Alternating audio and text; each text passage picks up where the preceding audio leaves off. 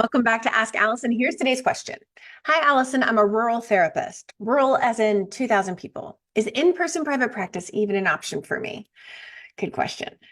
First, I would like to thank TherapyNotes for sponsoring Ask Allison. They are the #1 rated electronic health record system available today. With live telephone support 7 days a week, it's clear why TherapyNotes is rated 4.9 out of 5 stars on Trustpilot and has a 5-star rating on Google. TherapyNotes makes billing, scheduling, note-taking, and telehealth incredibly easy. And now for all you prescribers out there, TherapyNotes is proudly introducing ePrescribe.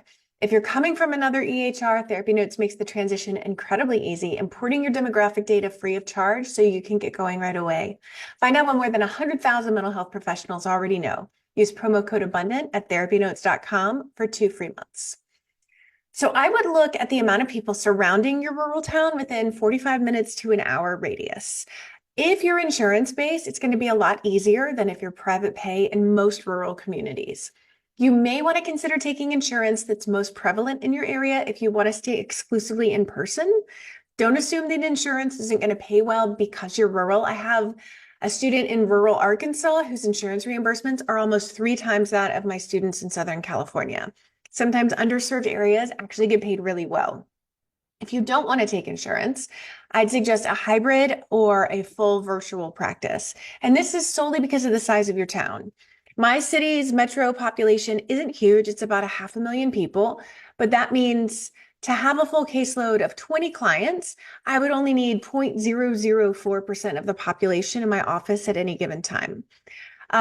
You're going to need 1% at any given time, which doesn't sound like a lot, but when you consider the people who will never go to therapy, the people who don't need therapy right now, the people who are willing to pay out of pocket for therapy, and the people who don't fit in your niche, that just makes the pool of potential clients so much smaller.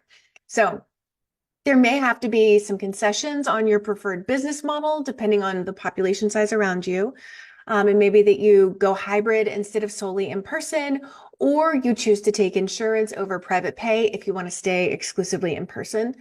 I wouldn't recommend any other concessions in your practice otherwise. I want you to see the people that you want to see and refer out those that are not a good fit. I want you to love your office. I want you to work the hours that you want to work.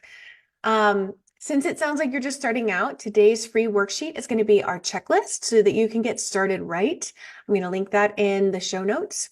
For those of you who have questions for Ask Allison, please hit that link and ask away. I would be happy to answer them.